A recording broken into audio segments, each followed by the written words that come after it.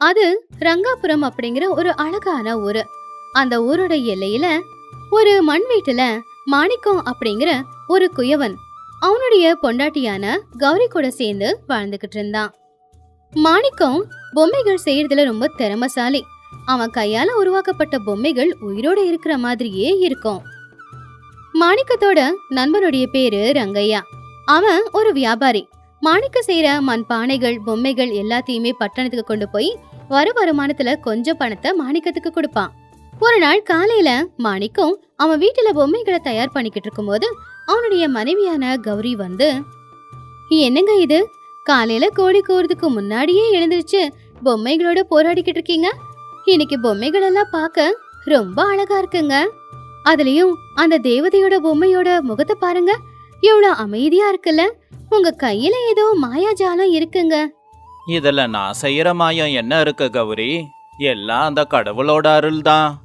நான் இந்த களிமண்ணோட என்னோட உழைப்பையும் வேர்வையும் சேர்க்கிறேன், அவ்வளவுதான். களிமண்ணை கொண்டு வந்து அதுல இருக்கிற கல் எல்லாத்தையும் நீக்கி அதை மென்மையாக்கி அதுக்கு உயிர் கொடுக்கறது என் கடமை. பட்டணத்துல நம்ம பொம்மைகளுக்கு நல்ல பேரு இருக்குன்னு என்னோட நண்பன் சொல்லியிருக்கான் கௌரி. பேரு இருந்தா போதுமாங்க? பேரு வைத்த நிரப்புமா? நீங்க ராவும் பகலும் கஷ்டப்பட்டு இந்த மண் பொம்மைகளை செய்றீங்க. அது ரங்கையா கொண்டு போய் விக்கிறாரு. வர வருமானத்துல பெரிய பங்கு அவர் எடுத்துக்கிட்டு சின்ன பங்கு உங்களுக்கு தராரு. அவரு சொல்ற கணக்கு தப்பா இருக்குமோன்னு எனக்கு தோணுதுங்க. அப்படி சொல்லாத கௌரி. ரங்கையா என்னோட உயிர் நண்பன்.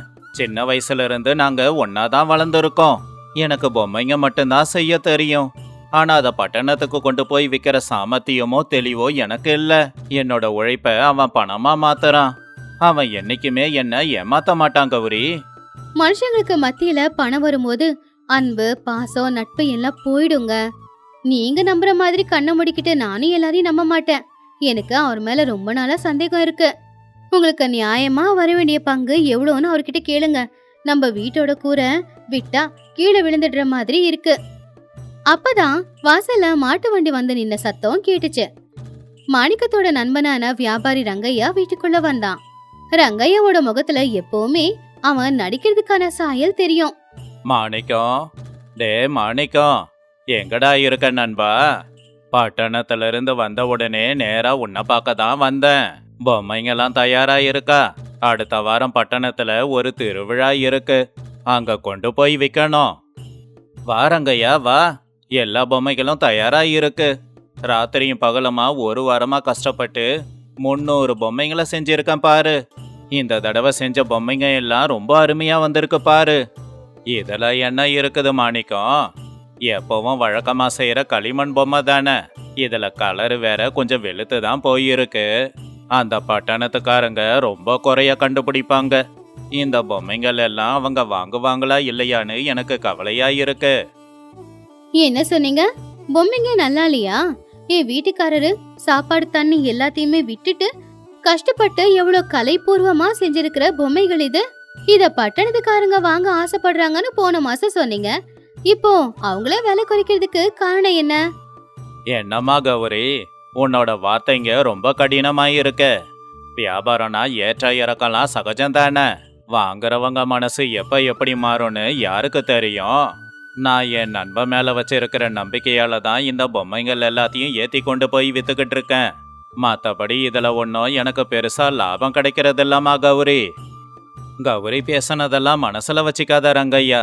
பொம்பளை புள்ள தானே, அதான் கஷ்டத்தை பார்த்துட்டு கொஞ்சம் அதிகமா பேசிட்டா. அப்புறம் ரங்கையா, எனக்கு ஒரு சின்ன உதவி தேவைப்படுது. பொம்மைய சுடுற சூளையோட சுவரெல்லாம் விரிசல் விட்டு இருக்கு. அப்படியே இந்த வீட்டோட மேற்கூரைய கூட கொஞ்சம் சரி பண்ண வேண்டியது இருக்கு. இந்த தடவை எனக்கு கொடுக்க வேண்டிய பணத்துல இருந்து ஒரு 500 ரூபாய முன்பணமா கொடுக்கறியா? 500 ரூபாயா? என்ன பேசுற மாணிக்கம்? நான் எப்படி உனக்கு கொடுக்க முடியும்? நீயே எனக்கு தர வேண்டியது பாக்கி இருக்க, அத மறந்து போயிட்டியா என்ன? நான் உனக்கு என்ன பாக்கி வச்சிருக்கேன் ரங்கையா? நீதான் பொம்மைங்களை வித்த காசை எனக்கு தர வேண்டியது இருக்கு. ஆமா, நான் எப்ப உன்கிட்ட கடன் வாங்கினேன்? என்ன ரங்கையா பச்சையா பொய் சொல்றீங்க? என் வீட்டுக்காரரு யாருக்கிட்டயும் கடன் வாங்க மாட்டாரு. இருக்கிறத வச்சு வாழ கத்துக்கிட்டவரு. அப்படிப்பட்டவர் உங்ககிட்ட இருந்து கடன் வாங்கினாரா? அப்போ ரங்கையா சிரிச்சுக்கிட்டே அவன் கிட்ட வச்சிருந்த ஒரு பழைய பத்திரத்தை எடுத்து அவங்க கிட்ட காட்டினான். அதுல மாணிக்கத்தோட கை நாட்டு இருந்துச்சு. பொய் சொல்ல வேண்டிய அவசியம் எனக்கு இல்ல கௌரி. இதோ இந்த பத்திரத்தை பாரு.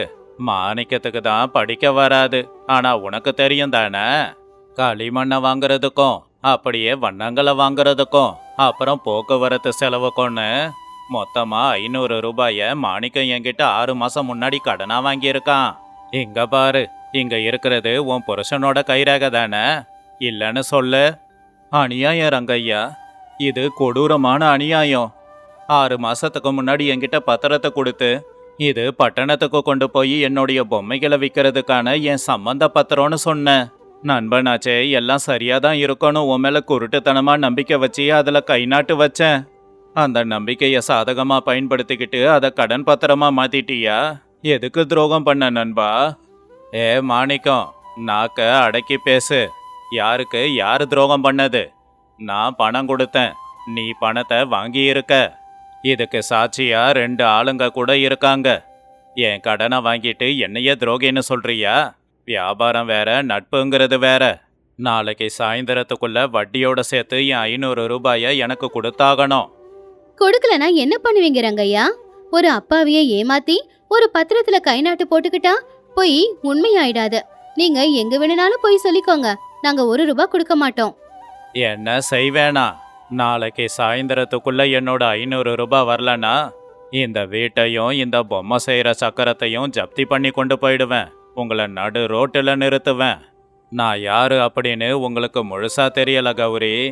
எல்லா வியாபாரிகளையும் நான் நடுங்க வச்சிருக்கேன். நீங்களாம் எனக்கு எம்மாத்தரம். ரங்கையா, உன் காலை பிடிச்சி கேட்குறேன், என்னை நடுத்தருவில் நிறுத்திடாத நண்பா. என் கையில் அந்த சக்கரம் இல்லைன்னா என் வாழ்க்கை அன்னைக்கே முடிஞ்சு போயிடும் நண்பா. நான் எந்த கடனும் வாங்கலைன்னு அந்த பரமசிவன் மேலே சத்தியம் பண்ணி சொல்கிறேன்.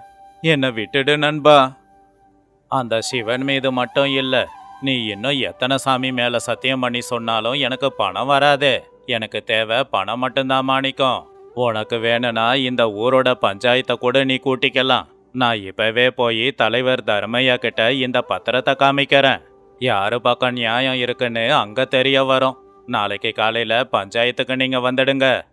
அடுத்த நாள் சாயந்தர நேரம் ரங்காபுரம் ஊருக்கு மத்தியில பஞ்சாயத்து கூடுச்சு. ஊர்க்காரங்க எல்லாருமே பஞ்சாயத்துக்கு வந்திருந்தாங்க. ஊர் தலைவரான தர்மையா பஞ்சாயத்துல வந்து கம்பீரமா உட்காந்துக்கிட்டு இருந்தாரு. ரங்கையா கர்வமா நின்னுக்கிட்டு இருக்கும்போது மாணிக்கமும் கௌரியும் ஓரமா நின்னுக்கிட்டு இருந்தாங்க. மாணிக்கம் கவலையில இருந்தான். மாணிக்கம், தர்மையா, உங்க 2 பேருக்குள்ள என்ன பிரச்சனை அப்படிங்கிறத ஊர் ஜனங்களுக்கு புரியுற மாதிரி சொல்லுங்க. நீங்க 2 பேருமே ரொம்ப வருஷங்களா உயிர் நண்பர்கள் தானு ஊருக்கே தெரியும். அப்படி இருக்கும்போது என்ன உங்களுக்குள்ள சண்டை? தர்மையா ஐயா, நட்புக்கும் நம்பிக்கைக்கும் இந்த காலத்துல அர்த்தமே இல்லாம போச்சுங்க.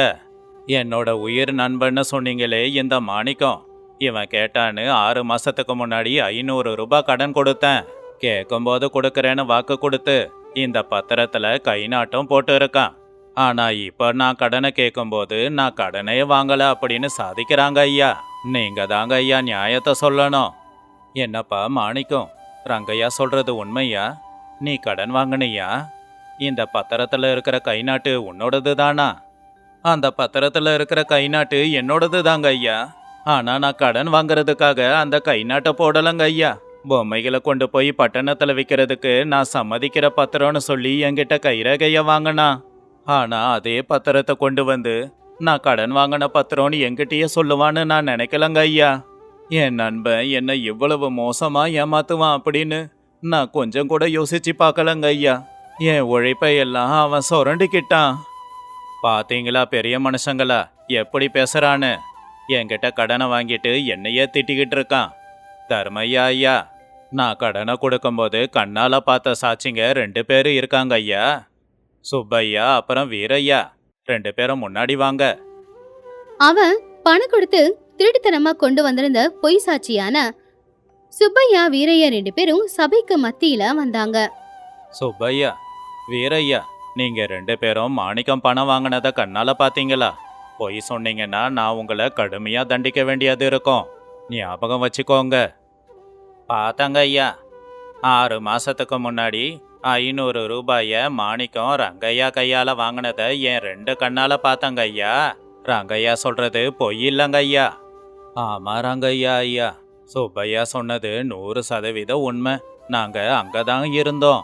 பணத்தை வாங்கிக்கிட்டு மாணிக்கம் ரொம்ப சந்தோஷமா கை நாட்டு வச்சான். இப்ப மாணிக்கம் தாங்க ஐயா இங்க பொய் சொல்றான். மாணிக்கம், பத்திரத்துல உன்னோட கை நாட்டு தான் இருக்கு. உனக்கு எதிரா 2 பேரு ரொம்ப உறுதியா சாட்சி சொல்றாங்க. இந்த பஞ்சாயத்து நீ தான் கடன் வாங்கியிருக்க அப்படின்னு உறுதியா நம்புது. உன்னை நிரூபிக்கிறதுக்கு வேற ஏதாவது ஆதாரம் இருக்கா? என்கிட்ட சாட்சி எதுவும் இல்லைங்க ஐயா. என்னோட உழைப்பும் என் நேர்மையும் தான் என் சாட்சி. ஆனா இந்த சாட்சி எல்லாம் அந்த காகிதத்துல தெரியாதே ஐயா. நான் தோத்து போயிட்டேங்க. என் வாழ்க்கை வீணா போயிடுச்சு. என் வீட்டையும் என் சக்கரத்தையும் நீங்களே எடுத்துக்கோங்க. ஐயா ஒரு நிமிஷம். என் புருஷன் தோக்கல. பொய் என்னைக்கா இருந்தாலும் வெளியில வந்துதான் ஆகணும். நியாயம் வெறும் காகிதத்துல இருக்காது, மனுஷங்க வாயில இருந்து வர வார்த்தையில இருக்கும். இந்த பஞ்சாயத்துல பேசுற உரிமையை எனக்கு கொடுங்க ஐயா. இந்த சாட்சிங்க 2 பேருக்கிட்டயும் நான் சில கேள்வியை கேட்கணும். பஞ்சாயத்துல பெண்கள் பேசுறது நம்முடைய வழக்கம் இல்ல கௌரி. ஆனா உன்னுடைய கோவத்தை பார்க்கும்போது எங்க நியாயத்தை தவறிடுவனோன்னு பயமா இருக்கு. சரி, உனக்கும் வாய்ப்பு கொடுக்கறேன். நீ சொல்ல வந்ததை இப்ப சொல்லு. கௌரி தைரியமா சபைக்கு முன்னாடி வந்து நின்னா. அவளுடைய புத்திசாலித்தனமான பேச்சு இந்த இடத்துல தொடங்குச்சு. ரொம்ப நன்றிங்க ஐயா. என் முத கோரிக்கை என்னன்னா, இந்த 2 சாட்சிகளையும் தனித்தனியா விசாரிக்கணும். ஒருத்தங்க பேசும்போது இன்னொருத்தங்க அதை கேட்காம தூரமா இருக்கணும். அப்போ உண்மை வெளியில வரும். உன்னுடைய கோரிக்கை நியாயமானதுதான். காவலர்களே, வீரையாவை கூட்டிட்டு போய் மரத்துக்கு பின்னாடி நிறுத்துங்க. சுப்பையா மட்டும் இங்க இருந்தா போதும். சுப்பையா, நீ கடவுள் மேல சத்தியம் பண்ணி சாட்சி சொல்ற இல்லையா? சரி, 6 மாசத்துக்கு முன்னாடி எந்த நாள்ல ரங்கையா என் புருஷனுக்கு கடன் கொடுத்தாருன்னு ஞாபகம் இருக்கா? ஞாபகம் இருக்கு, நல்லா ஞாபகம் இருக்கு. அப்படியா? சரி, அன்னைக்கு வானிலை எப்படி இருந்துச்சு? மழையா இருந்துச்சா இல்ல வெயிலா இருந்துச்சா? அன்னைக்கு ரொம்ப கடுமையா மழை பெஞ்சுக்கிட்டு இருந்ததுமா. நாங்கெல்லாம் நனைஞ்சு போயிடக்கூடாதுன்னு ரங்கையா வீட்டு திண்ணையில நின்று தான் பணத்தை கொடுத்தாரு. ஆமா, ரொம்ப பெரிய மழை. ரொம்ப சந்தோஷம். சரி ரங்கையா, அந்த 500 ரூபாயை என் புருஷன் கையில கொடுத்தாரா இல்ல எதுக்குள்ளயாவது போட்டு கொடுத்தாரா? அந்த பணத்தை பழைய சிவப்பு துணியில மூட்டையா கட்டி மாணிக்கம் கையில ரங்கையா கொடுத்தாரு. அந்த சிவப்பு துணி இன்னும் என் கண்ணில் அப்படியே இருக்கு. அருமை அருமை சுப்பையா. உன் ஞாபக சக்திய நான் மனசார பாராட்டுறேன். ஐயா, சுப்பையாவை அனுப்பிட்டு அந்த வீரையாவை வர சொல்லுங்க. சுப்பையாவை அங்கிருந்து தூரமா அனுப்பி வீரையாவை சபைக்கு நடுவுல கொண்டு வந்து நிப்பாட்டினாங்க. வீரையா எந்த பயமும் இல்லாம ரொம்ப தைரியமா நின்னுக்கிட்டு இருந்தான்.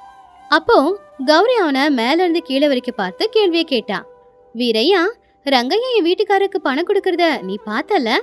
அன்னைக்கு என்ன நடந்துச்சு அப்படின்னு உனக்கு நல்ல ஞாபகத்துல இருக்கா? என்னோட ஞாபக சக்தி கத்தியோட முனை மாதிரி கூர்மையானது. அன்னைக்கு நடந்த ஒவ்வொரு சின்ன விஷயமும் எனக்கு நல்லா ஞாபகம் இருக்கு. நீ என்ன வேணும்னாலும் கேளு. அப்படின்னா அன்னைக்கு பணம் கொடுக்கற நேரத்துல வானிலை எப்படி இருந்துச்சுன்னு சொல்லு. அன்னைக்கு பயங்கரமான வெயில் அடிச்சதுமா. ஆகாயத்துல ஒரு மேகம் கூட இல்ல. அந்த வெயில்ல வேர்த்து போய் நாங்க ஒரு புளிய மரத்துக்கடியில நின்னுக்கிட்டு இருந்தோம். அங்கதான் பணத்தை கொடுத்தாரு. அப்படி வீரையா சொன்ன உடனேயே அங்க இருக்கிறவங்க எல்லாரும் ரகசியமா பேசிக்கிட்டு இருந்தாங்க. தர்மையா கோவமா அவனை முறைக்க ஆரம்பிச்சாரு. இன்னொரு பக்கம் ரங்கையாவுக்கு வேர்த்து கொட்ட ஆரம்பிச்சுது. அடாடா, பரவாயில்ல வீரையா, சரியா சொல்லிருக்கியே. சரி, அந்த 500 ரூபாய ரங்கையா என் வீட்டுக்காரருக்கு அப்படியே கொடுத்தாரா இல்ல எதுலயாவது போட்டு கொடுத்தாரா? எதெல்லாமா கொடுப்பாங்க. வீரையா தன்னோட சட்ட பையில இருந்து 5 100 ரூபாய் நோட்டுகளை எடுத்து மாணிக்கத்தோட கையில தான் கையால தான் கொடுத்தாரு. எந்த துணியிலையும் அதை கட்டல. என் 2 கண்ணால நல்லா பார்த்தேன். ஐயா, கேட்டீங்களா? ஒரே நிகழ்வு நடக்கும்போது 2 பேரும் ஒரே இடத்துல இருக்காங்க. அப்படி இருக்கும்போது ஒருத்தங்களுக்கு மட்டும் பயங்கரமா வெயில் அடிச்சுதாமா, இன்னொருத்தங்களுக்கு அந்த நேரத்துல பயங்கரமா மழை கொட்டுச்சாமா. இது என்ன நியாயம்? ஒருத்தங்க என்னமோ துணியில சுத்தி கொடுத்ததா சொல்றாங்க, இன்னொருத்தங்க அப்படியே கையில கொடுத்ததா சொல்லிக்கிட்டு இருக்காங்க. பொய்ய பல தடவை சொன்னா அது உண்மையாயிடாதுங்க ஐயா. உண்மை என்னைக்குமே உண்மைதான், பொய் என்னைக்குமே பொய் தான். சுப்பையா, வீரையா, எதுக்காக இப்படி மாத்தி மாத்தி பேசுறீங்க? நீங்க சொல்றது பொய் தானே எல்லாருக்கும் தெரிஞ்சிடுச்சு. உண்மைய சொல்லுங்க. உண்மைய சொல்லலனா உங்களை ஊரை விட்டே தள்ளி வச்சிடுவேன் பாருங்க. சொல்லுங்கடா, அன்னைக்கு உண்மையில என்ன நடந்தது? எங்களை மன்னிச்சிடுங்க ஐயா. நாங்க யாரு பணம் கொடுக்கறதையும் பார்க்கல. இந்த ரங்கையா தான் எங்க கையில ஆளுக்கு 50 ரூபாய் பணத்தை கொடுத்து பஞ்சாயத்துல பொய் சாட்சி சொல்ல சொன்னாரு. நாங்க வேற எந்த தப்பும் பண்ணல. எங்களை மன்னிச்சிடுங்க. ஆமாங்க ஐயா, இந்த ரங்கையா தான் பத்திரத்துல அப்படி எழுதி நாடகமாட சொன்னாரு. ஆசைப்பட்டு ஏமாந்து போயிட்டோம். எங்களை மன்னிச்சிடுங்க. அதை கேட்டதும் பஞ்சாயத்துல இருக்கிற ஜனங்க எல்லாருமே ரங்கையாவை கோவமா முறைக்க ஆரம்பிச்சாங்க. ரங்கையா எல்லாரையும் பார்த்து தலைகுனிஞ்சி பயத்துல நடுக்கத்தோட நின்னுக்கிட்டு இருந்தான். ரங்கையா, எவ்வளவு கொடூரமான புத்தி உன்னுடையது. உன் கூடவே இருந்த உயிர் நண்பனையே இப்ப முதுகுல குத்த பாக்கற. ஒரு ஏழை கலைஞனோட ரத்தத்தை அட்டைப்பூச்சி போல உறிஞ்சிட்டு இப்ப அது பத்தாதுன்னு அவனுடைய வீட்டையும் பறிக்க பாக்கற. உனக்கு பஞ்சாயத்துல கடுமையான தண்டனை கிடைக்கும். என்ன மன்னிச்சிடு மாணிக்கம். பட்டணத்துல உன்னோட பொம்மைகளுக்கு கிடைக்கிற ஆயிரக்கணக்கான ரூபாய் பணத்தை பார்த்து என் மனசு மாறிடுச்சு. பணத்தாசையால நட்பையே மறந்துட்டேன். என் தவறு எனக்கு புரியுது. என்ன மன்னிச்சிடு நண்பா. நட்பு அப்படிங்கிற வார்த்தைக்கு அர்த்தம் தெரியாத மூடண்டா நீ. எனக்கு வரவேண்டிய பணத்தை ஏமாத்தி எனக்கு துரோகம் பண்ணதை விட என் நம்பிக்கைய உடைச்சியே அதுதான் என் மனசை ரொம்ப குடையுது. இனி உன் முகத்துல முழிக்க நான் விரும்பல. தீர்ப்ப சொல்றேன் கேளுங்க. ரங்கையா பண்ண மோசடி வேலைக்காக அவங்கிட்ட இருக்கிற அந்த போலி பத்திரத்தை இப்பவே கிழிச்சு நெருப்புல போடுங்க. அது மட்டும் இல்ல, இத்தனை நாளா பட்டணத்துல வந்த லாபத்தை மாணிக்கத்துக்கிட்ட ரங்கையா ஏமாத்தி இருக்கான். அதுக்காக ரங்கையா மாணிக்கம் கையில 2000 ரூபாய கொடுத்தாகணும். இது இந்த பஞ்சாயத்தோட உத்தரவு. ஒருவேளை ரங்கையா பணத்தை கொடுக்கலன்னா அவன் சொத்தை பறிமுதல் பண்ணி மாணிக்கத்துக்கிட்ட ஒப்படைச்சிடுங்க. அதோட பொய் சாட்சிய சொன்ன வீரையா அப்புறம் சுப்பையாவுக்கு 1 வாரத்துக்கு ஏரிய தூர்வாருற தண்டனைய விதிக்கிறேன். ரொம்ப நன்றிங்க ஐயா. ஒருத்தவங்களோட நம்பிக்கை காகிதத்துல இருக்காது, அவங்க மனசுல மனசாட்சியில இருக்கும் அப்படின்னு நீங்க நிரூபிச்சிட்டீங்க. உங்களுக்கு ரொம்ப நன்றி சொல்லிக்கிறேன். கௌரி, உன்னுடைய புத்திசாலித்தனமும் தைரியமும் இல்ல அப்படின்னா நாம இந்நேரம் தெருவுக்கு வந்திருப்போம். என்னுடைய கலைக்கு எவ்வளவு மதிப்பு இருக்கோ உன்னுடைய புத்திக்கு அதை விட அதிக வலிமை இருக்குன்னு நான் புரிஞ்சுக்கிட்டேன். இனிமே நம்ம பொம்மைகளை நாமளே பட்டணத்துக்கு போய் வித்துக்கலாம். யாரையும் நம்பி இருக்க வேண்டிய அவசியம் நமக்கு இல்ல. பஞ்சாயத்துல இருக்கிற ஜனங்க எல்லாருமே கௌரியோட புத்திசாலித்தனத்தை பார்த்து மனசார அவளை பாராட்டிக்கிட்டு இருந்தாங்க. ரங்கையா அவன் பண்ண தப்புக்கு அபராதத்தை செலுத்திட்டு அவமானத்துல தனகுனிஞ்சி அங்கிருந்து போனான். அந்த 2000 ரூபாயில மாணிக்கம் புதுசா பானைகளை செஞ்சு அவனுடைய வியாபாரத்தை இன்னும் பல மடங்கு உயர்த்தினான். ஒருத்தங்களுடைய உழைப்ப ஏமாத்தி புடுங்க நினைக்கிறவன் என்னைக்கா இருந்தாலும் அதுக்கான தண்டனைய அனுபவிப்பான். ஒருத்த அவனுடைய தொழிலையும் வேலையிலையும் நேர்மையா இருக்கும்போது கண்ணுக்கு தெரியாம கடவுள் அவனுக்கு துணையா இருப்பாரு. அது ஒரு அழகான ஊரு. கடற்கரைக்கு ஒட்டி இருக்கிற ஒரு சின்ன கிராமம். பத்ரையா அவன் சின்ன குடிசைக்கு வெளியில இருக்கிற திண்ணையில ரொம்ப கவலையோட உட்காந்துக்கிட்டு இருந்தான். பத்ரையாவோட மனைவியான சாவித்ரி உள்ள இருந்து ஒரு காலியா இருக்கிற பாத்திரத்தை வெளியில கொண்டு வந்தாங்க. ஏங்க, அப்படி ஆகாயத்துல என்னதான் தெரியுது? ரொம்ப நேரமா அதையே பாத்துக்கிட்டு இருக்கீங்க. வீட்டுல சமைக்கிறதுக்கு ஒரு கைப்பிடி அரிசி கூட இல்ல. இருக்கிற சின்ன வயல்ல விளைச்சலும் விளைய மாட்டேங்குது. இங்க நமக்கு கூலி வேலையும் கிடைக்க மாட்டேங்குது. இப்படியே இருந்தா என்னதான் பண்றது? இப்படியே பட்னியா இருந்து எங்கேயே நாம சாகத்தான் போறோமா? எனக்கும் என்ன பண்றதுனே புரியல சாவித்திரி. இந்த வறட்சி காலத்துல யாருக்கிட்ட போய் உதவி கேட்டாலும் இல்லைன்னு சொல்றாங்க. ஏன்னா நம்மளுடைய நிலைமையும் அதுதானே. நான் காட்டுக்கு போய் ஏதாவது கிழங்கு பழம் கிடைக்குதான்னு பார்த்துட்டு வரேன். நம்ம நேர்மை நம்மள என்னைக்குமே காப்பாத்தும். கஷ்டம் யாருக்குமே நிரந்தரம் இல்லை இல்லையா? தைரியமா இரு. அந்த நேரத்துல தான் பொறுமையா நடந்துக்கிட்டு பார்வதி அம்மான்ற பாட்டி அங்க வந்தாங்க. என்னப்பா பத்ரையா, என் முகம் எல்லாம் வாடி போயிருக்கு. சாவித்ரி, என்னம்மா கண்ணுல கண்ணீர் இருக்கு? பசி கொடுமை உங்களை ரொம்பவே கஷ்டப்படுத்துது போலையே. வாங்கம்மா, கஷ்டம் இல்லாம வேற என்ன இருக்கு எங்க வீட்டுல? என் வீட்டுக்காரரு கஷ்டப்பட்டு உழைக்கிற மனுஷன். ஆனா அவருக்கு வேலை தான் இருக்க மாட்டேங்குது. அதனால எங்க வீட்டுக்கு வருமானமும் கிடைக்க மாட்டேங்குது. என்ன பண்றது? வீட்டுல சமைக்கிறதுக்கு கைப்பிடி அரிசி கூட இல்லம்மா. கவலைப்படாதம்மா, கஷ்டம் துக்கம் இது எல்லாமே நிரந்தரம் கிடையாது. இருட்டு போனதுக்கு அப்புறம் வெளிச்சம் வர்றதும், வெளிச்சம் போனதுக்கு அப்புறம் இருட்டு வர்றதும் சாதாரணம்தான். உன்னோட புருஷன் ரொம்ப நேர்மையானவன அந்த கடவுள் சோதிப்பான். ஆனா என்னைக்கும் கைவிட்டுற மாட்டான். அவனுக்கு நல்லதுதான் நடக்கும். சரிப்பா, நீ காட்டுக்கு கிளம்பு. ஆனா பத்திரமா போயிட்டு வா. பத்ரையா சரின்னு காட்டுக்கு போனான். அன்னைக்கு சாயந்தர நேரம் அவன் காட்டுல இருந்து வீட்டுக்கு திரும்பி வந்தான். ஆனா திரும்பி வரும்போது அவன் தோள்ல ஒரு உரலை சுமந்துக்கிட்டு வந்தான். அது ரொம்ப பழைய உரல் மாதிரி இருந்துச்சு. ஏங்க, என்னாச்சு? வர இவ்வளவு நேரம் ஆயிடுச்சே. ஏதாவது பழம் கிடைச்சுதா? ஆமா, என்ன இது? ஏதோ உரலை எடுத்துட்டு வந்திருக்கீங்க. இது எங்க இருந்து உங்களுக்கு கிடைச்சது? ஆ அந்த கதையை சொல்றேன் கேளு சாவித்திரி. நான் காட்டுக்குள்ள பழங்களையும் கிழங்கையும் தேடி போய்கிட்டு இருந்தேனா, அந்த காட்டுக்குள்ள ஒரு பாழடைஞ்ச கோவில் இருந்துச்சு. அந்த கோவிலுக்குள்ள இதோ இந்த உரலை தான் பாதி மண்ணுல மூழ்கி இருந்துச்சு. இது பார்க்கறதுக்கு அழகா இருந்துச்சு. இது மேல பழைய காலத்து உருவங்கள் எல்லாம் செதுக்கி வச்சிருக்காங்க. அதான் இதை வீட்டுக்கு கொண்டு வந்தா நாளைக்கு அரிசியோ நெல்லோ இதுல போட்டு அரைக்கலாம் இல்லையா, அதனால தான் கொண்டு வந்தேன். வீட்ல சமைக்கவே அரிசி இல்ல. இதுல அரிசிய போட்டு அரைக்கிற இந்த கல்லு நமக்கு எதுக்குங்க? சரி, கொண்டு வந்துட்டீங்க, அதை கொடுங்க. கிணத்துக்கிட்ட கொண்டு போய் அது மேல இருக்கிற மண் எல்லாத்தையுமே கழுவிட்டு வரேன். நீங்க உள்ள போய் கொஞ்ச நேரம் படுத்து ஓய்விடுங்க. வீட்டுக்குள்ள 2 பழம் இருக்கு, அதை சாப்பிட்டுக்கோங்க. சாவித்ரி அந்த உரலை எடுத்துட்டு கிணத்தடியில போய் கழுவிக்கிட்டு இருந்தா. கழுவ கழுவ திடீர்னு அந்த உரல் தங்க நிறத்துக்கு மாற ஆரம்பிச்சுது. அத பார்த்து ஆச்சரியப்பட்ட சாவித்ரி அதை எடுத்துக்கிட்டு வேகமா புருஷன்கிட்ட போனா. ஏங்க, இங்க பாத்தீங்களா? இந்த உரலை தண்ணிய ஊத்தி கழுவுனா மண்ணெல்லாம் போய் இப்படி தங்க நிறத்துக்கு மாறிடுச்சு. பல பலன்னு ஜொலிக்குது வேற. எனக்கு என்னவோ இது மந்திர உரலோ அப்படின்னு தோணுதுங்க. உண்மைதான் சாவித்திரி, இது ரொம்ப அருமையா இருக்கு. இதுல ஏதோ மகிமை இருக்கு போல. இது காட்டுல ஒரு கோவில்ல தானே கிடைச்சது. இது ஒருவேளை முனிவர்களோடதா கூட இருக்கலாம். இது என்ன மாயமோ மந்திரமோ அதெல்லாம் இருக்கட்டும். எனக்கு ரொம்ப பசிக்குதுங்க. நேத்துல இருந்து கொஞ்சம் கூட நான் சாப்பிடவே இல்லல்ல. கடவுள் இந்த உரலை கொடுக்கறதுக்கு பதிலா சாப்பிட பழமோ இல்ல பாலோ கொடுத்திருந்தா நல்லா இருந்திருக்கும். இந்த உரல்ல இருந்து சுத்தமான அரிசியோ தோரம்பருப்போ வந்தாலும் நல்லாதான் இருக்கும். உண்மைதான் சாவித்திரி, இந்த உரலுக்கு எதனா மகிமை இருந்தா நாம கேட்கறத கொடுக்கணும் இல்ல.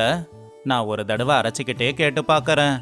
அந்த உரலை மெதுவா சுத்தி விட்டு, அம்மா உரலே, நீ உண்மையிலேயே மகிமை வாய்ந்த உரலா இருந்தா நாங்க சாப்பிட்றதுக்கு கொஞ்சம் அரிசியை மட்டும் கொடுமா. பத்ரையா அப்படி வேண்டிக்கிட்டு அந்த உரலை சுத்தும் போது ஆச்சரியம் என்னன்னா, அதுல இருந்து சுத்தமான வெள்ளை நிறத்துல இருக்கிற அரிசி வெளியில வந்துச்சு. அவங்க கொண்டு வந்த பாத்திரத்துல அரிசி நிறைஞ்சு போச்சு. பத்ரையா சாவித்ரி 2 பேரும் இத ஆச்சரியமா பாத்துக்கிட்டு இருந்தாங்க. ஏங்க, பாத்தீங்களா? இதுக்குள்ள இருந்து அரிசி வருது. இது சாதாரண உரல் இல்லங்க. எனக்கு தெரிஞ்சு இது மந்திர உரல்னு நினைக்கிறேன்.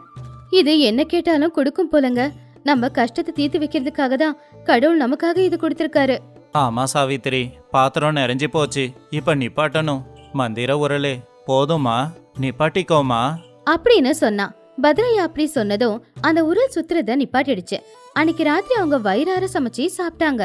அன்னையில இருந்து பத்ரையா அந்த உரல் கிட்ட கேட்டு துணி காய்கறி எல்லாத்தையும் வாங்கிக்கிட்டு ஊர்ல இருக்கிற ஏழைகளுக்கு உதவி செஞ்சுக்கிட்டு இருந்தான். ஆனா இது பக்கத்து வீட்டு ரங்கையாவுக்கும் அவனுடைய மனைவிக்கும் ஏதோ சந்தேகத்தை உருவாக்குச்சு. பாத்தீங்களாங்க, அந்த பத்ரையாவோட ஆடம்பரத்தை. நேத்து வரைக்கும் சோத்துக்கே சிங்கி அடிச்சுக்கிட்டு இருந்தவன் இன்னைக்கு ஊர்ல இருக்கிற அத்தனை பேருக்கும் சோறு போடுறான், துணி வாங்கி கொடுக்கறான். திடீர்னு அவ்வளவு பணம் அவன்கிட்ட இருந்து எப்படி வந்துச்சு அப்படிங்கிறது எனக்கு என்னமோ ஒன்னும் புரியல. எனக்கும் அதுதான் சந்தேகமா இருக்கு. நேத்து வரைக்கும் சாப்பாட்டுக்கு வழி இல்லாம நம்ம கிட்ட கேட்டவன் இன்னைக்கு எப்படி ஊருக்கே தானம் பண்ணிக்கிட்டு இருக்கான். அவன் வீட்டுல ஏதோ ஒரு ரகசியம் இருக்கு. ஒருவேளை அவனுக்கு புதையல் கிடைச்சிருக்குமோ? அது புதையலா என்னன்னு கண்டுபிடிக்கிறேன். இன்னைக்கு ராத்திரி யாருக்கும் தெரியாம அவன் வீட்டுக்கு போய் கண்டுபிடிக்கிறேன். அன்னைக்கு ராத்திரி ரங்கையா யாருக்கும் தெரியாம பத்ரையாவோட வீட்டு ஜன்னல் வழியா உள்ளே எட்டி பார்த்தான். அப்பதான் அந்த உரல் முன்னாடி பத்ரையாவும் சாவித்திரியும் உட்காந்துக்கிட்டு இருந்தாங்க. ஏங்க, நாளைக்கு கோயிலுக்கு போறதுக்கு பூ வேணும். உரல் கிட்ட பூ கேட்டு கொடுங்க கொஞ்சம். அம்மா மந்திர உரலே, எங்களுக்கு பூஜைக்கு பூ வேணுமா? உடனே அந்த உரல்ல இருந்து அழகான பூக்கள் வெளியில வந்துச்சு. வெளியில நின்னு பாத்துக்கிட்டு இருந்த ரங்கையா இத பார்த்து ரொம்பவும் ஆச்சரியப்பட்டான். ஓஹோ, அப்ப இந்த உரலு என்ன கேட்டாலும் கொடுக்குமா? இது மட்டும் என்கிட்ட இருந்தா நான் லட்சாதிபதியா ஆயிடுவேனே அப்படின்னு நினைச்சான். ஆனா பத்ரையா போதுமா நிறுத்து அப்படின்னு சொன்னது மட்டும் ரங்கையா காதுல விழல. ரங்கையா நேரா வீட்டுக்கு வந்து அவனுடைய பொண்டாட்டி கிட்ட, லக்ஷ்மி, லக்ஷ்மி, இங்க பாரு, அது என்ன புதையல்னு நான் கண்டுபிடிச்சிட்டேன். அவங்கிட்ட ஒரு மந்திர உரல் இருக்கு. அந்த உரல் கிட்ட என்ன கேட்டாலும் அது அப்படியே கொடுக்குது. அந்த உரலை நாம திருடியாகணும். அப்படியாங்க? அந்த கல்லு கேக்குறதெல்லாம் கொடுக்குதா? அப்படின்னா எப்படியாவது அதை நம்ம வீட்டுக்கு கொண்டு வந்துடணும். இனிமே நம்ம கஷ்டப்பட வேண்டிய அவசியமே இல்ல. வீட்டுக்குள்ள இருந்தே என்னெல்லாம் வேணுமோ அதை எடுத்துக்கலாம். அந்த உரலை கொண்டு வந்து வீட்டுல வச்சுக்கிட்டா நாளைக்கு அந்த பத்திரையா வந்து கேட்பான். ஊர் ஜனங்க எல்லாரும் கேள்வி கேட்பாங்க. அதான் என்கிட்ட ஒரு யோசனை இருக்கு. நாம அந்த உரலை திருடிட்டு கையோட மூட்டை முடிச்ச கட்டிக்கிட்டு வேற ஊருக்கு உடனே போயிடலாம். கடலுக்கு போய் நாம ஒரு பெரிய படகை விலை பேசிக்கலாம். அப்புறம் கடல் தாண்டி நாம அந்த கரைக்கு எப்படியாவது போயிடுவோம். அங்க ஏதோ ஒரு தீவுலையோ இல்ல ஒரு பட்டணத்திலேயோ நாம வாழ்ந்துக்கலாம். இந்த உரல் தான் நாம கேட்குற எல்லாத்தையும் கொடுக்குமே. அதை வச்சுக்கிட்டு நாம 2 பேரும் ராஜா ராணியா வாழ முடியும். அடடா, எவ்வளவு நல்ல யோசனைங்க இது. சும்மா சொல்லக்கூடாது, நீங்க ரொம்ப புத்திசாலி. இப்பவே துணிமணி எல்லாத்தையும் மூட்டை கட்டுறேன். நீங்க சத்த போடாம போய் அந்த உரலை திருடிக்கிட்டு வந்துருங்க. நடுராத்திரியில எல்லாரும் நல்ல தூக்கத்துல இருக்கும்போது ரங்கையா சத்தமே போடாம பத்ரையாவோட வீட்டுக்கு போய் அவன் மறைச்சு வச்சிருந்த அந்த மந்திர உரலை எடுத்துக்கிட்டு வீட்டுக்கு வந்த பொண்டாட்டியையும் கூட்டிக்கிட்டு 2 பேருமே அந்த ஊரை விட்டு கடற்கரைக்கு போனாங்க. அங்க ஒரு வியாபாரி கிட்ட பேசி ஒரு பெரிய படகுல அவங்க கொண்டு வந்த உரலையும் அவங்களுடைய துணிமணிகளையும் எடுத்து போட்டுக்கிட்டு படகுல பயணம் செய்ய ஆரம்பிச்சாங்க. காலையில விடியும் போது அவங்க 2 பேரும் கடலுக்கு நடுப்பகுதியில போயிருந்தாங்க. அப்பாடா, ரொம்ப தூரம் வந்துட்டோங்க. இனிமே யாரும் நம்ம பின்னாடி வர முடியாது. நடு கடல்ல நாம இருக்கோம். அந்த பத்ரையாவுக்கு நாம எங்க இருக்கோன்னு கூட தெரியாது. இப்ப எனக்கு ரொம்ப பசிக்குதுங்க. கொஞ்சம் இந்த மந்திர உரலை கேட்டு எனக்கு சாப்பிடுறதுக்கு சாப்பாடு வாங்கி கொடுங்க. சாப்பாடு என்ன பெரிய விஷயமா? நாம பட்டணத்துக்கு போய் வியாபாரம் பண்ணணும். உனக்கு தெரியாதுல்ல, பட்டணத்துல உப்புக்கு நல்ல விலை. தங்கத்துக்கு இணையா உப்போட விலை இருக்காமா. நாம இந்த படகு நிறைய பட்டணத்துக்கு போறதுக்கு முன்னாடி உப்பால நிறைக்கணும். அங்க போய் எல்லாத்தையும் வித்துடலாம். அப்ப லட்சக்கணக்கில் பணம் கிடைக்கும். எப்படி என்னோட யோசனை? இது ரொம்ப நல்ல யோசனைங்க. நீங்க வியாபாரத்துல ரொம்ப பெரிய ஆளா வருவீங்க. சரி சரி, அப்புறம் என்ன யோசிச்சுக்கிட்டு இப்பவே உப்பு கேளுங்க. படகு நிறையா உப்பு நிறைஞ்சா நல்லது. ரங்கையா சந்தோஷமா உரல் முன்னாடி உக்காந்து உரலை சுத்தி விட்டு, அம்மா உரலே, நான் உன்னுடைய புது முதலாளி. நான் பட்டணத்துக்கு போய் வியாபாரம் பண்ணலான்னு இருக்கேன். அதுக்கு எனக்கு இந்த படகு நிறைய உப்பு வேணும். ரங்கையா அப்படி சொன்னதும் அந்த மந்திர உரல் சுத்த ஆரம்பிச்சது. அதுக்குள்ள இருந்து சுத்தமான உப்பு வெளியில வர ஆரம்பிச்சது. இத பார்த்து புருஷன் பொண்டாட்டி 2 பேருமே ரொம்பவும் சந்தோஷப்பட்டாங்க. அவங்க 2 பேருடைய சந்தோஷத்துக்கு அளவே இல்லாம போச்சு. அடடடா, பாத்தீங்களாங்க எவ்வளவு உப்பு வருதுன்னு. நீங்க சொன்ன மாதிரியே இந்த உப்பு படகு நிறைய நிறைஞ்சா நம்ம கோடீஸ்வரங்களாயிடுவோம். ஆனா கொஞ்ச நேரத்திலேயே உப்பு நிறையாவே வந்துருச்சு. அந்த உப்பு படகு எல்லாமே நிறைய ஆரம்பிச்சது. இப்ப அவங்க 2 பேருக்கும் உட்காரதுக்கு கூட இடமே இருக்கல. இப்போ ரங்கையா முகத்துல இருந்த சந்தோஷம் போய் ஒரு பயம்தான் தெரிஞ்சுது. ஜானகி, உப்பு அதிகமாகுது, படகும் கனமாகுது. நம்மளால உட்கார கூட முடியல. இப்போதைக்கு இந்த உப்பே போதும். உடனே இதை நிறுத்தலைன்னா படகு கனமாயிடும். ஆமாங்க, படகு கூட கனம் அதிகமாறதுனால தண்ணிக்குள்ள இன்னும் இறங்குது. முதல்ல இதை நிப்பாட்டுங்க, நிப்பாட்ட சொல்லுங்க. சரி சரி, உரலே நில்லு நில்லு. எனக்கு இந்த உப்பு போதும், உடனே நிறுத்து. ஆனா உரல் சுத்துறத நிப்பாட்டல. உப்பு இன்னும் அதிகமா வந்துகிட்டு இருந்துச்சு. பத்ரையா போதுமா நிறுத்து அப்படின்னு சொன்ன வார்த்தை ரங்கையாவோட காதுல விழல. அதுதான் இது எல்லாத்துக்குமே காரணம். ஏங்க, இது சுத்துறத நிப்பாட்ட மாட்டேங்குது. நிறைய உப்பை வேற கொடுக்குது. ஐயோ, படகு நிறைய உப்பாயிடுச்சுங்க. படகு கொஞ்சம் கொஞ்சமா தண்ணியில முழுக போகுதுங்க. ஏதாவது பண்ணுங்க. மந்திர உரலே, தயவு செஞ்சு நிறுத்து. இந்த படகு மூழ்கிடுமோன்னு பயமா இருக்கு. உப்பு போதும், தயவு செஞ்சு நிப்பாட்டு. நான் எதுவும் கேட்க மாட்டேன். நிறுத்துன்னு சொல்றேன்ல. லக்ஷ்மி படகுல இருக்கிற உப்பை எடுத்து கொஞ்சம் கொஞ்சமா தண்ணியில போட்டாலும் கூட அது இன்னும் அதிகமா கொடுத்துக்கிட்டே இருந்துச்சு. ஐயோ, எவ்வளவு உப்பு எடுத்து இந்த கடல்ல போட்டாலும் இன்னும் உப்பு வந்துகிட்டே இருக்கே. படகு முழுக போகுது. தண்ணி ஓரமா வந்துருச்சு. நம்ம பேராசைக்காக அந்த கடவுள் நம்மள தண்டிக்கிறான் போலங்க. லக்ஷ்மி, நம்ம படகு மூழ்க போகுது. நான் பெரிய பாவம் பண்ணிட்டேன். நான் பண்ண பாவத்துக்கு தான் கடவுள் எனக்கு இந்த தண்டனையை கொடுத்துருக்கான். என்னால தான் உனக்கும் இந்த நிலைமை வந்திருக்கு. என்னை மன்னிச்சிடு. ஐயோ கடவுளே, எங்களை காப்பாத்து. மந்திர உரல் அதிகமா உப்ப கொடுத்துக்கிட்டே தான் இருந்துச்சு. அந்த உப்போட கனத்தை தாங்க முடியாம அந்த படகு தண்ணியில முழுகிடுச்சு.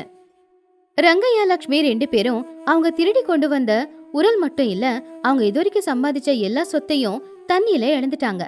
அந்த நேரத்துல ஒரு பலகை அந்த பக்கமா அடிச்சிட்டு வந்ததுனால அதை பிடிச்சுக்கிட்டு 2 பேரும் கரைக்கு வந்து எப்படியோ கஷ்டப்பட்டு சேர்ந்துட்டாங்க.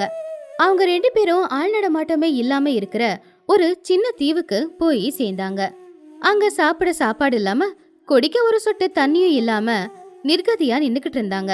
அவங்க பேராசையால எல்லாத்தையுமே இழந்து வாழ்க்கை பூரா பண்ண தப்புக்கு தண்டனைய அனுபவிச்சாங்க. இன்னொரு பக்கம் ஊர்ல காலையில எழுந்துச்சு பார்க்கும்போது உருளை காணோம் அப்படின்னு பத்ரையாவும் சாவித்திரியும் கவலையோட இருந்தாங்க. அப்ப பார்வதி அம்மா அங்க வந்தாங்க. என்னப்பா பத்ரையா, ஏன் நீங்க 2 பேரும் அவ்வளவு கவலையா இருக்கீங்க? அம்மா, நம்ம வீட்ல இருந்த அந்த மந்திர உருளை ராத்திரியோட ராத்திரியா யாரோ திருடிட்டாங்க. இது வரைக்கும் ஏழைங்க எல்லாருக்குமே வயிறார சாப்பாடு போட்ட அந்த உரல் இனிமே நமக்கு சாப்பாடு போடாதுமா. பக்கத்து வீட்டு ரங்கையாவோட குடும்பமும் ராத்திரியோட ராத்திரியா வீட்டை காலி பண்ணி போயிட்டாங்களாமா. இப்ப புரியுது. அந்த ரங்கையாவுக்கு பேராசை ரொம்ப அதிகம். உன்னுடைய வளர்ச்சியை பார்த்து பிடிக்காம தான் அவன் தான் அந்த உரலை திருடி இருக்கணும். அவனோட பாவம் அவனையே அழிச்சிடும். நீங்க எதுக்காக கவலைப்படுறீங்க? நீங்க நேர்மையா வாழ்றவங்க. ஒரு மந்திர பொருள் இருந்தாதான் உங்களால வாழ முடியுமா என்ன? அதெல்லாம் ஒண்ணும் இல்ல. நீங்க கஷ்டப்பட்டு நல்லா வாழுங்க. நீங்க சொல்றது உண்மைதாம்மா. மத்தவங்க பொருளுக்கு ஆசைப்படுறவனுக்கு கடவுள் என்னைக்காவது ஒரு நாள் தண்டனைய கொடுப்பான். எந்த ஒரு பொருளையும் நாம நம்பி இருக்க கூடாது. நாளையில இருந்து நான் கூலி வேலைக்கு போறேன். அந்த கடவுள் எனக்கு நல்லதை தான் செய்வான். பத்ரையா சாவித்ரி 2 பேரும் கஷ்டப்பட்டு உழைச்சி சில நாட்கள்லயே அவங்க பணக்காரங்கள மாறி ஊர்ல இருக்கிற எல்லாருக்கும் உதவிகளை செய்ய ஆரம்பிச்சாங்க. ஆனா ரங்கையா லட்சுமி மட்டும் மத்தவங்க சொத்துக்கு ஆசைப்பட்டதுனால அந்த தீவுல யாருமே இல்லாம கஷ்டப்பட்டு வாழ்ந்துட்டு இருந்தாங்க. மத்தவங்க சொத்துக்கு எப்பவுமே ஆசைப்படக்கூடாது. இன்னொருத்தங்க பொருளை நாம சொந்தமாக்கிக்கணும்னு நினைச்சா அதுக்கு அந்த கடவுள் நமக்கு கொடுக்க வேண்டிய தண்டனையை கொடுத்துருவான். மத்தவங்க பொருளுக்கு ஆசைப்பட்டா நம்ம கிட்ட இருக்கிற பொருளும் நம்மள விட்டு போயிடும். ஆனா நேர்மையா வாழ்றவன் எங்க இருந்தாலும் அவன் சந்தோஷமா வாழ்வான்.